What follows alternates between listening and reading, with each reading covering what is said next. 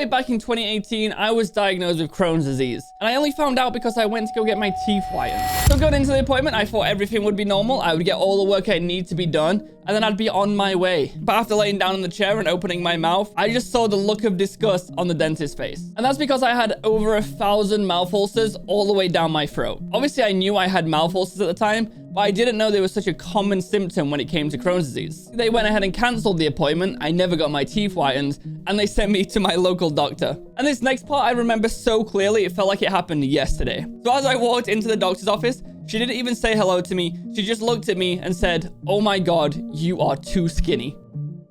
Yep. And I think at the time I was about 7 stone, so I'll convert it below, but it wasn't good. Now this is a bit where it became very unfun because I had to get so many tests to find out what was going on in my body. I was getting constant blood work, I was getting constant CT scans, I was getting constant MRI scans. Then eventually I got a colonoscopy. And that was kind of the breakthrough moment. And that's because Crohn's affects your entire digestive tract. That's all the way from your mouth to your colon, if you needed to know that. If you don't know anything about Crohn's, it's basically a chronic inflammatory disease, meaning I have this for life. It never goes away. So to combat this, I'm on an injection every 2 weeks, which tries to just calm the symptoms that you experience from Crohn's disease. And touch wood, I'm pretty good right now. However, this injection really suppresses your immune system. So about 3 months after I got my diagnosis, I got sepsis because my body just couldn't fight it. So after getting sepsis, I was obviously admitted into hospital. I was there for 2 or 3 nights, I believe. And then 2 weeks after that, every day I would have to get an injection into my arm, which is basically really strong antibiotics. All my life, I've been pretty healthy. I've never really had to go to the hospital for much, apart from like a few broken bones here and there. So getting all this within a couple of months was like a huge wake-up call for me. Now I'm able to tell when I'm about to get a flare-up. I can have some warning signs.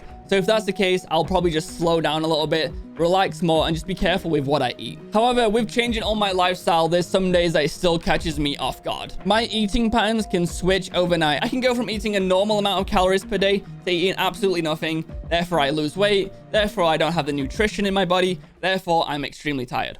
So it's just like a constant loop of these feelings. So the reason I'm kind of making this video is to spread a little bit of awareness of what Crohn's actually is. It's not just some simple stomach issues. It has a lot of underlying effects that people don't really know. It's kind of an invisible disease. So if this video has helped at least one person understand what Crohn's is, I'll take it. So if you have any more questions about Crohn's, leave a comment. I'll be sure to reply to you. And yeah, I appreciate you listening to me ramble about my lifelong illness.